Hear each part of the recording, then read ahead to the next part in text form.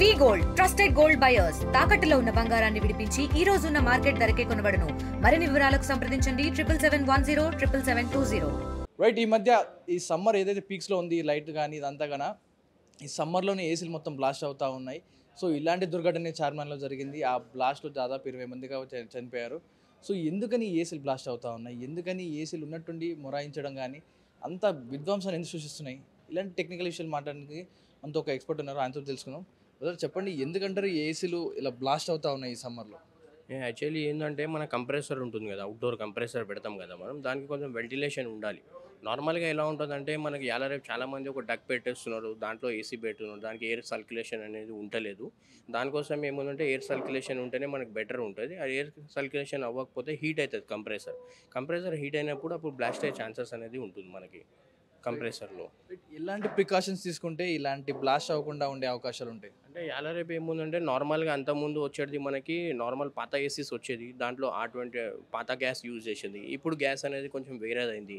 Copper piping ఏముందంటే కన్సిన్ copper piping ఉంటుంది కదా, కన్సిన్ కాపర్ పైపింగ్లో ఏముందంటే మనం నైట్రోజన్ టెస్ట్ ఫ్లషింగ్ అనేది చేపిస్తే ఏముందంటే దానివల్ల మనకి క్లీనింగ్ అయిపోతుంది. పాత గ్యాస్ అనేది కొత్త గ్యాస్ కలిసింది అనుకోండి, అప్పుడు మనకి ఇలా బ్రండ్ అయ్యే ఛాన్సెస్ అలా అనేది ఉంటుంది. నార్మల్గా ఏముందంటే మనం ఫ్లషింగ్ అనేది నైట్రోజన్ టెస్ట్ చేపించుకుంటేనే మనకు బాగుంటుంది. ఎందుకంటే ఆ ఛాన్సెస్ అనేది ఉండదు. కొంచెం కాపర్ పైపింగ్ కొంచెం బయటకు పెట్టినా మనకి ప్రాబ్లం అనేది ఉండదు. మెయిన్ ఏముందంటే కంప్రెసర్ మనం కూర్చోబెడతాం కదా, అది సర్క్యులేషన్ ఉండే ప్లేస్లో పెడితే బెటర్ ఉంటుంది. ఇంకోటి రేపటి రోజు మనకి ఏమైనా ప్రాబ్లం వచ్చినా, పాత ఏసీ కొత్త ఏసీ మనం ఏమైనా రిపేర్ ఏమైనా వచ్చినా మనకి ఏముందంటే కంపెనీ పర్సన్ వచ్చి చేస్తేనే బాగుంటుంది. ఎందుకంటే అతనికి తెలిసి అయి ఉంటుంది, దానికోసం అతను చేస్తాడు. ఇప్పుడు మనం ఏముంది వస్తే ఒక 500 వేరియేషన్లో మనం బయట నుంచి టెక్నీషియన్ పిలిచి చేపించినప్పుడు మనకు అలా అయ్యే ఛాన్సెస్ అనేది ఉంటుంది కంపల్సరీ. సో రైట్, ఈరోజు చూసుకుంటే భారీ చార్మినార్లో పెద్ద దుర్ఘటనే జరిగింది, ఆ ఏసీ బ్లాస్ట్ వల్లనే జరిగింది అంటా ఉన్నారు. అది ఏమై ఉండొచ్చు రీజన్? మీ అభిప్రాయం ప్రకారం ఎందుకు అట్లా బ్లాస్ట్ అయి ఉండొచ్చు? అదే మ్యాక్సిమం అయితే అదే ఉంటుంది, ఇందాక చెప్పింది నేను. దానికోసం ఏముందంటే మనకి ఫ్లక్చుయేషన్ ఉన్న ప్రెస్లో మనం పెట్టొద్దు. ఇంకో ఎయిర్ సర్క్యులేషన్ అనేది కంప్రెసర్కి కంపల్సరీ మనకు ఉండాలి. ఇప్పుడు రేపు ఉందో డక్ పెట్టేసి దాంట్లో కంప్రెసర్ పెట్టేస్తున్నారు, ఎయిర్ సర్క్యులేషన్ అయితే హీట్ అవుతుంది కంప్రెసర్, దానివల్ల బ్లాస్ట్ అయ్యే ఛాన్సెస్ అనేది ఉంటుంది మనకి. ఎలాంటి ప్రికాషన్ తీసుకుంటే మెయిన్ ఏముందంటే మనకి కాపర్ పైపింగ్ది ఒకటి ఉంటుంది. కాపర్ పైపింగ్ లెంత్ అనేది పెరిగింది అనుకోండి, నైట్రోజన్ టెస్ట్ చేయించుకోవాలి, ఫ్లషింగ్ చేయాలి, దానివల్ల మనం పెడితేనే బెటర్ ఉంటుంది. రైట్, చూస్తే ఈరోజు అయితే పెద్ద దుర్ఘటన జరిగింది చార్మినార్లో. ఏసీ బ్లాస్ట్ అవడం వల్ల దాదాపు 17 నుంచి 20 మంది చనిపోవడం జరిగింది. సో ఏసీ కొనాలంటేనే భయపడుతూ ఉన్నారు ప్రజలు. ఇప్పుడు ఏదంటే ఓల్డ్ సిటీ కానీ ప్రతి ఏరియాలో ఏసీ కొనాలంటే భయపడతారు, బైకాట్ ఏసీ అన్నంత సిచ్యువేషన్కి వచ్చింది. సో మీ దగ్గరకు వచ్చే కస్టమర్లకు మీరు ఏం హామీ ఇస్తారు? ఇలాంటి జరగకుండా ఎలాంటి ప్రికాషన్స్ తీసుకోవాలంటారు? అంటే ప్రికాషన్స్ ప్రత్యేకంగా మనం ఏం తీసుకోవాలంటే, పాత అప్లయన్సెస్ ఉంటాయి మన దగ్గర. లైక్ పాత అప్లయన్సెస్ మనం మూవ్ చేస్తాం కదా, ప్రత్యేకంగా మనకు వెంటిలేషన్ ఇంపార్టెంట్ ఉంటుంది ఎనీ ఏసీ. ఫర్ ఎగ్జాంపుల్ మనం ఏం చేస్తామంటే, వాషింగ్ ఏరియా ఉంటుంది, జాలీ ఉంటుంది, వేరే అప్లయన్సెస్ కూడా అక్కడ మనం యూజ్ చేస్తాం. అక్కడ మనం ఏసీ అవుట్డోర్ పెట్టుకుంటాం, వాషింగ్ మిషన్ పెట్టుకుంటాం. దానివల్ల ఏమవుతుందంటే ఎక్స్ట్రా హీట్ జనరేట్ అవుతుంది. ఆ హీట్ వల్ల ఏమవుతుందంటే అప్లయన్సెస్ అనేది మనకు వెంటిలేషన్ కావాలి కంపల్సరీ, అది కంపల్సరీ ఉండాలి.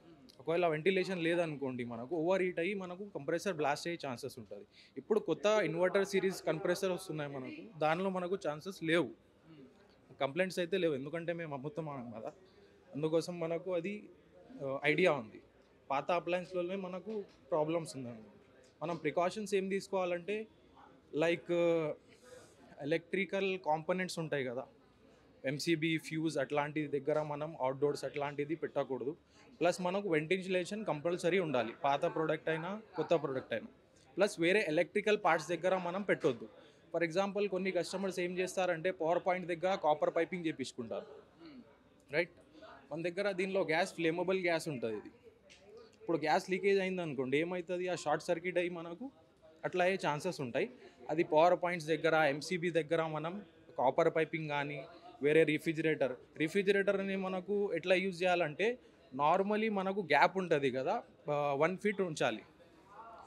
పదిగా కస్టమర్ చేయరు. అది ఎందుకు చేయరు అంటే వాళ్ళ దగ్గర స్పేస్ కూడా తక్కువ ఉంటుంది, ప్లస్ వాళ్ళు మోడ్యులర్ కిచెన్ చేయించుకుంటారు. అది స్పేస్ కూడా పెట్టుకుంటే బెటర్ ఉంటుంది మనం, ఎందుకంటే హీట్ కూడా బయటికి వెళ్ళాలి కదా. మనం హీట్ కాంట్రాక్ట్ అయ్యి అక్కడే ఆగిపోతే ఏమవుతుంది, మనం కంప్రెసర్లో ప్రాబ్లం వస్తాయి. అంటే 100 టైంలో 1 టైం మనకు అట్లాంటి సిచ్యుయేషన్ వస్తుంది, రెగ్యులర్లీ అయితే రాదు. కంజెస్టెడ్ ప్లేసెస్లో వస్తాయి. మనం ప్రికాషన్స్ అయితే అదే తీసుకోవాలి. ఎలక్ట్రికల్ పార్ట్స్, 2 ఎలక్ట్రానిక్స్ ఒకటే దగ్గర మనం యూజ్ చేయొచ్చు. ఫర్ ఎగ్జాంపుల్ మనం గీజర్ కూడా పెడతాం, అక్కడే వాషింగ్ మిషన్ యూజ్ చేస్తాం మనం, రైట్? అట్లాంటివి ఉంటుంది మనకు. ఇప్పుడు గీజర్కి షార్ట్ సర్క్యూట్ అయింది అనుకోండి, వాషింగ్ మిషన్ కూడా వస్తుంది. వాషింగ్ మిషన్ షార్ట్ సర్క్యూట్ అయితే గీజర్ కూడా ప్రాబ్లం అవుతుంది. అంటే అట్లాంటి మనం కొన్ని ప్రికాషన్స్ తీసుకుంటే మనకి మంచిది ఉంటుంది.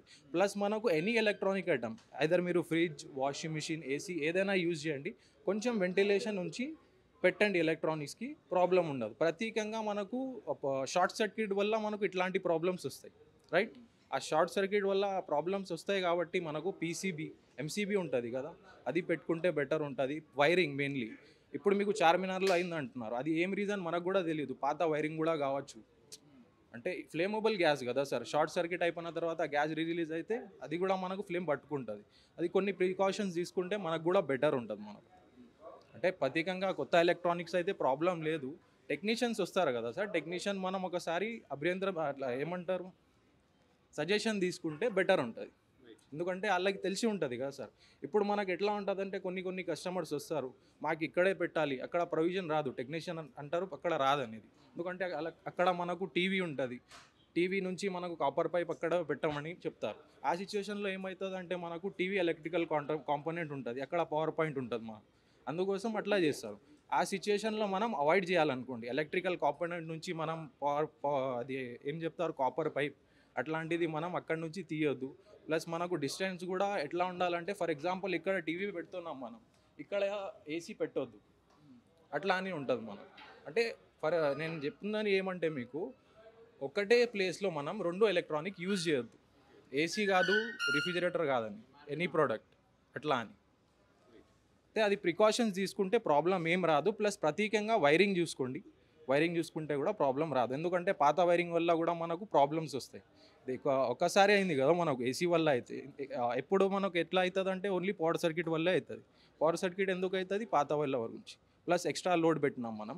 ప్లస్ మీ ఇంటి ఫేస్, ఏ ఫేస్ మీద మీరు ఏసీస్ పెడుతున్నారు, ఫర్ ఎగ్జాంపుల్ ఇంట్లో మనకు కస్టమర్ ఇంట్లో సింగిల్ ఫేస్ కరెంట్ ఉంది, పెద్ద ఏసీస్ పెట్టుకున్నారు, 2 ఫేస్ కరెంట్ ఉంటుంది మనకు. ఆ సిచ్యువేషన్లో ఏమవుతుంది అంటే పవర్ సర్క్యూట్ అవుతుంది. అంటే మీ ఎలక్ట్రికల్ ఫస్ట్ ఆఫ్ ఆల్ మీరు ఏసీస్ బై చేస్తున్నారు కదా, మీ ఇంట్లో ఎన్ని ఫేస్ కరెంట్ ఉంది, మనం ఎట్లా ఎన్ని ఏసీస్ పెట్టాలి, ఆ ఏసీస్ పెడితే నడుస్తుందా, పవర్ సర్క్యూట్ కాదా, వస్తుందా కాదా, అది కూడా మనం చూసుకోవాలి. ప్రికాషన్స్ ఇవి ఉంటాయి మనకు. షార్ట్ సర్క్యూట్ అయితే ఏసీది మనకు 100% అయితే కాదు. షార్ట్ సర్క్యూట్ అయితే మనకు ఆ గ్యాస్ లీకేజ్ ఉంటేనే బ్లాస్ట్ అవుతుంది. ఎందుకంటే గ్యాస్ బయటికి వస్తేనే మనకు అది ఫైర్ వస్తుంది కదా, లేకపోతే రాదు మనకు. అది కూడా పాత ఎలక్ట్రానిక్స్కి, కొత్త ఎలక్ట్రానిక్స్లో అట్లా లేదు మనకు. ఏదైనా ఎర్రర్ కోడ్ వచ్చింది అనుకోండి, ఆ ఏసీ మనకు ఇక్కడ ఎర్రర్ కోడ్ ఇచ్చేస్తుంది. ఏదైనా డిస్ప్లే ఉంటుంది కదా ఏసీలో, అది ఇచ్చేస్తుంది మనకు. అట్లా ఉంటుంది. రైట్, విన్నారు కదా. ప్రతి ఒక్కరు కూడా కాస్త దృష్టి పెట్టండి. ఏసీ కొనే ముందు కానీ, ఏసీ కొన్నాక కానీ వైరింగ్ కానీ కాపర్ వైర్ ఏదైతే మీరు ఇన్స్టాలేషన్ చేసుకుంటారో టెక్నీషియన్ మాట వినండి, బయట టెక్నీషియన్ మాట వినొద్దు అంటూ కూడా ఎక్స్పర్ట్స్ చెప్తా ఉన్నారు. ఎందుకంటే చిన్న పొరపాట్లు పెద్ద ప్రమాదాన్ని జరిగే అవకాశం ఉంది కాబట్టి ప్రతి ఒక్కరు కూడా మీ వైరింగ్ కానీ ఏదైతే కాపర్ ఉందో ఏసీని కానీ ప్రతిదీ కూడా కొంచెం కేర్ తీసుకోండి. టెక్నీషియన్ చెప్పే మాట వినండి, బయట వారి మాటలు వినకండి, మీ సొంత సలహాలు తీసుకోవద్దు. కొంచెం టెక్నీషియన్ చెప్పే మాట వింటే ఇలాంటి జరగంటూ కూడా వాళ్ళు ఎక్స్పర్ట్ చెప్తున్నారు. ఇది ఏసీ సంబంధించిన పూర్తి వివరాలు. కెమెరాన్ విజయ్తో పవన్ వాయిదేవ్, RTV. ఇండియా పాకిస్తాన్ ఉద్రిక్తతలపై లేటెస్ట్ అప్డేట్స్ కోసం డౌన్లోడ్ చేసుకోండి RTV లైవ్ యాప్.